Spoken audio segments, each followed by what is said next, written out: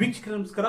ಇತ್ತೀಚೆಗೆ ದೇಶಾದ್ಯಂತ ಸದ್ದು ಮಾಡಿದ್ದು ಆಮ್ ಆದ್ಮಿ ಪಕ್ಷದ ರಾಜ್ಯಸಭಾ ಸದಸ್ಯರಾಗಿದ್ದ ರಾಘವ್ ಚಡ್ಡಾ ಅವರು. ನೋಡಿ, ರಾಜ್ಯಸಭೆಯಲ್ಲಿ ಜನಪರವಾದ ಧ್ವನಿ ಎತ್ತುವ ಮೂಲಕ ದೇಶಾದ್ಯಂತ ಮನೆ ಮಾತಾಗಿದ್ರು. ಅಷ್ಟೇ ಅಲ್ಲ, ಮಾತನಾಡಿದ್ರೆ ರಾಘವ್ ಚಡ್ಡಾ ಅವರಂತೆ ಮಾತನಾಡಬೇಕು ಎಂಬ ಶಬಾಷ್ ಕೂಡ ದೇಶದ ಜನರಿಂದ ಕೇಳಿ ಬಂದಿತ್ತು. ನೋಡಿ, ನಮ್ಮ ನಾಯಕರಿದಾರಲ್ಲ, ಮಾತನಾಡಿದ್ರೆ ರಾಘವ್ ಚಡ್ಡಾನ ತರ ಧ್ವನಿ ಎತ್ತಬೇಕು ಎಂಬ ಅರ್ಥದಲ್ಲಿ ಕೂಡ ಮಾತನಾಡಿದ್ರು. ಈ ಮೂಲಕ ರಾಘವ್ ಚಡ್ಡಾ ಅವರಿಗೆ ಶಬಾಷ್ಗಿರಿಯನ್ನು ಕೊಟ್ಟಿದ್ರು.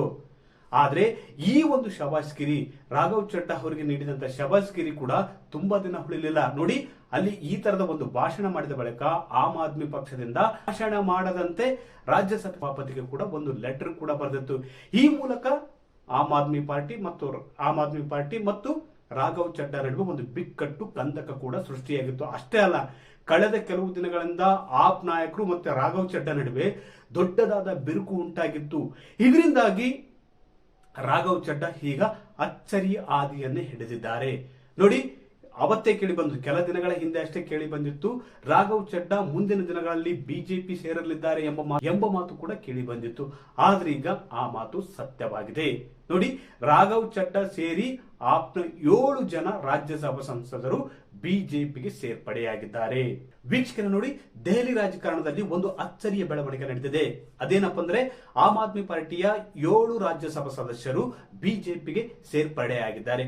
ಈ ಕುರಿತು ರಾಘವ್ ಚಡ್ಡಾ ಅವರು ಇವತ್ತು ಸುದ್ದಿಗೋಷ್ಠಿಯನ್ನು ನಡೆಸಿ ಇಂಥದ್ದೊಂದು ಅಚ್ಚರಿಯ ಮಾಹಿತಿ ನೀಡಿದ್ದಾರೆ.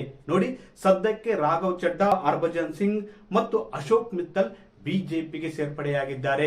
ಇನ್ನು 4 ಜನ ರಾಜ್ಯಸಭಾ ಸಂಸದರು ಕೆಲವೇ ದಿನಗಳಲ್ಲಿ ಬಿಜೆಪಿಗೆ ಸೇರ್ಪಡೆಯಾಗಲಿದ್ದಾರೆ ಎಂಬ ಮುನ್ಸೂಚನೆಯನ್ನು ಕೂಡ ಇವತ್ತು ಪತ್ರಿಕಾಗೋಷ್ಠಿಯಲ್ಲಿ ರಾಘವ್ ಚಡ್ಡಾ ಅವರು ನೀಡಿದ್ರು. ನೋಡಿ, ಆಮ್ ಆದ್ಮಿ ಪಕ್ಷದಲ್ಲಿ ಮತ್ತು ರಾಘವ್ ಚಡ್ಡಾ ತಂಡದ ನಡುವೆ ಬಿಕ್ಕಟ್ಟು ಸೃಷ್ಟಿಯಾದ ಹಿನ್ನೆಲೆಯಲ್ಲಿ, ಸಂಘರ್ಷ ಭಿನ್ನಮತ ಉಂಟಾದ ಹಿನ್ನೆಲೆಯಲ್ಲಿ ಇಂಥದ್ದೊಂದು ನಿರ್ಧಾರ ಕೈಗೊಂಡಿದ್ದಾರೆ. ಅಷ್ಟೇ ಅಲ್ಲ, ಆಮ್ ಆದ್ಮಿ ಪಕ್ಷ ಮೂಲ ಸಿದ್ಧಾಂತದಂತೆ, ಜನಪರ ಸಿದ್ಧಾಂತದಂತೆ ನಡೆದುಕೊಳ್ಳುತ್ತಿಲ್ಲ ಗಂಭೀರ ಒಂದು ಆರೋಪ ಮಾಡಿರುವ ರಾಘವ್ ಚಡ್ಡಾ ಅವರು ಬಿಜೆಪಿಗೆ ಸೇರ್ಪಡೆಯಾಗುವುದಾಗಿ ತಿಳಿಸಿದ್ದಾರೆ. ಅಷ್ಟೇ, ಆಮ್ ಆದ್ಮಿ ಪಾರ್ಟಿಯಲ್ಲಿ ಪಂಜಾಬ್ನಿಂದ 7 ರಾಜ್ಯಸಭಾ ಸದಸ್ಯರು, ಅದೇ ರೀತಿ ದೆಹಲಿಯಿಂದ 3 ರಾಜ್ಯಸಭಾ ಸದಸ್ಯರಿದ್ದಾರೆ. 2/3 ಮೆಜಾರಿಟಿಯಲ್ಲಿ ಅಂದ್ರೆ 7 ಜನ ಬಿಜೆಪಿಗೆ ಸೇರ್ಪಡೆಯಾಗುವುದರಿಂದ ಪಕ್ಷಾಂತರ ನಿಷೇಧ ಕಾಯ್ದೆ ಅನ್ವಯವಾಗಲ್ಲ. 2/3 ಮೆಜಾರಿಟಿಯಲ್ಲಿ 7 ಜನರು, 10 ಜನ ರಾಜ್ಯಸಭಾ ಸಂಸದರಲ್ಲಿ 7 ಜನ ಸಂಸದರು ಬಿಜೆಪಿಗೆ ಸೇರ್ಪಡೆಗೊಂಡಿದ್ದಾರೆ. ಈ ಮೂಲಕ ಬಿಜೆಪಿಯಲ್ಲಿ ಕೂಡ ಅವರು ರಾಜ್ಯಸಭಾ ಸದಸ್ಯರಾಗಿ ಮುಂದುವರಿಯಲಿದ್ದಾರೆ. ಇಲ್ಲಿ ನೋಡಿ, ತುಂಬಾ ಅಚ್ಚರಿಯ ಬೆಳವಣಿಗೆ ಏನಪ್ಪಾ ಅಂದ್ರೆ, ಕೆಲವು ದಿನಗಳಿಂದ ಅರವಿಂದ್ ಕೇಜ್ರಿವಾಲ್ ಮತ್ತು ರಾಘವ್ ಚಡ್ಡಾ ನಡುವೆ ಒಂದಷ್ಟು ಭಿನ್ನಾಭಿಪ್ರಾಯಗಳಿದ್ವು.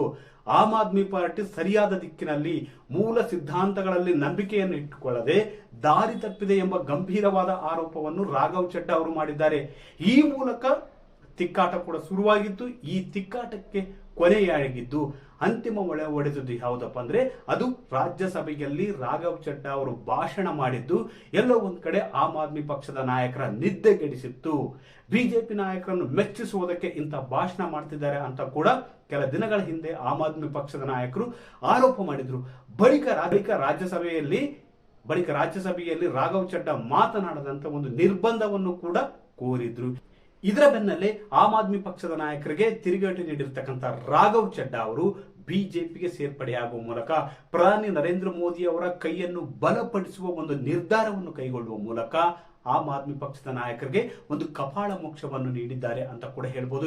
ಇಲ್ಲಿ ಪ್ರಮುಖವಾಗಿ ಯಾರ್ಯಾರು ಬಿಜೆಪಿಗೆ ಸೇರ್ಪಡೆಯಾಗಿದ್ದಾರೆ ಎಂಬುದನ್ನು ನೋಡಿ, ರಾಘವ್ ಚಡ್ಡಾ, ಹರ್ಭಜನ್ ಸಿಂಗ್, ಸ್ವಾತಿ ಮಾಲಿವಾಲ, ಅಶೋಕ್ ಮಿಟ್ಟಲ್, ರಾಜೇಂದ್ರ ಗುಪ್ತಾ, ವಿಕ್ರಮ್ಜಿತ್ ಶೆನೈ, ಸಂದೀಪ್ ಪಾಠಕ್, ಈ 7 ಜನರು, ಸದ್ಯ ಈ 7 ಜನರಲ್ಲಿ 3 ರಾಜ್ಯಸಭಾ ಸದಸ್ಯರು ಬಿಜೆಪಿಗೆ ಸೇರ್ಪಡೆಯಾಗಿದ್ದು, ಇನ್ನೇನು ಕೆಲವೇ ದಿನಗಳಲ್ಲಿ ಇನ್ನು 4 ಜನರು ಸೇರ್ಪಡೆಯಾಗಲಿದ್ದಾರೆ ಎಂಬ ಮಾಹಿತಿಯನ್ನು ಕೂಡ ರಾಘವ್ ಚಡ್ಡಾ ಅವರೇ ಇವತ್ತಿನ ಪ್ರೆಸ್ ಮೀಟ್ ನಲ್ಲಿ ನೀಡಿದ್ದಾರೆ.